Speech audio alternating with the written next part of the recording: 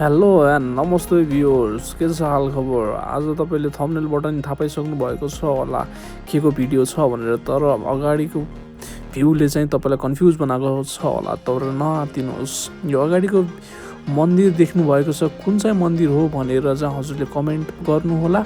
म यसको चाहिँ नाम अन्तिममा भन्ने नै छु, भिडियोको अन्तिममा। यसको वरिपरि देखिने कुन कुन दृश्यहरू छ भनेर म तपाईँलाई भन्नेछु।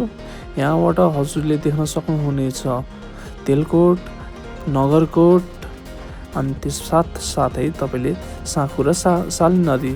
अब हामी मेन भिडियोतिर आउनेछौँ। यसमा मैले पहिले नै कटिङ गरेर राखिसकेको छु। त्योभन्दा अगाडि पहिला मैले पाङ्ग्रा उसिन्नलाई राखेको छु। यो पाङ्ग्रा उसिन्ने गर्दासम्म मैले यसमा गोडमिला राखेको छु, तपाईँको प्याज राखेको छु, हरियो खोर्सानी काटेर राखेको छु। अदुवा र लसुन चाहिँ चप गरेर हामी ग्राइन्ड गर्ने बाँकी छ।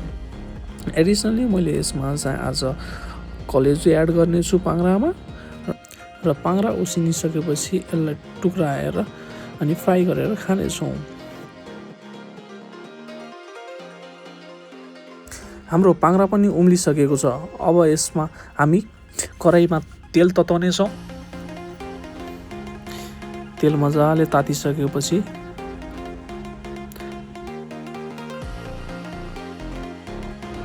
हामीले यसमा तेजपात हाल्नेछौँ।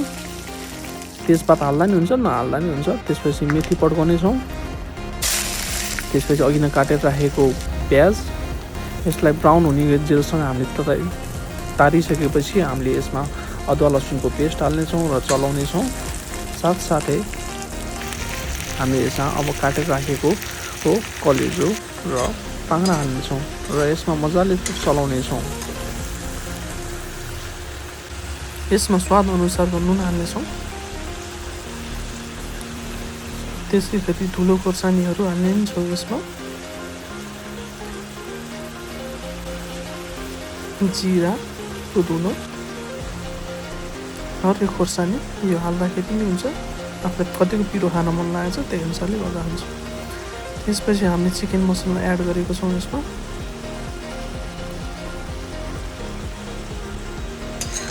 र यसलाई सबै मसलाहरू हालिसकेपछि राम्रोसँग चलाउनेछौँ। यसमा साथै गोडमिला गोडमिला हालेर हामी चलाइरहेको छौँ। मजाले गोडमिलाहरू पाक्नको लागि हामी मजाले 2 मिनट जति चलाएर अनि यसलाई हामीले मजाले मिडियम हिटमा छोपेर पकाउनेछौँ। 4-5 मिनटसम्म पकाइसकिसकेपछि हाम्रो पाङ्ग्रा खानलाई रेडी भइसकेको हुन्छ। हाम्रो मसलाहरू मजाले छिरिसकेको हुन्छ। यसमा हजुरले हरियो धनियाँ राख्दाखेरि पनि हुन्छ र हाम्रो पाङ्ग्रा खानालाई रेडी भयो। यो साँच्चै मैले अघि नै भनेको मन्दिरको नाम चाहिँ चाङ नारायण हो, जुन भक्तपुरमा बस्दछ। लाइक, सेयर एन्ड सब्सक्राइब गर्न नबिर्सिनु होला।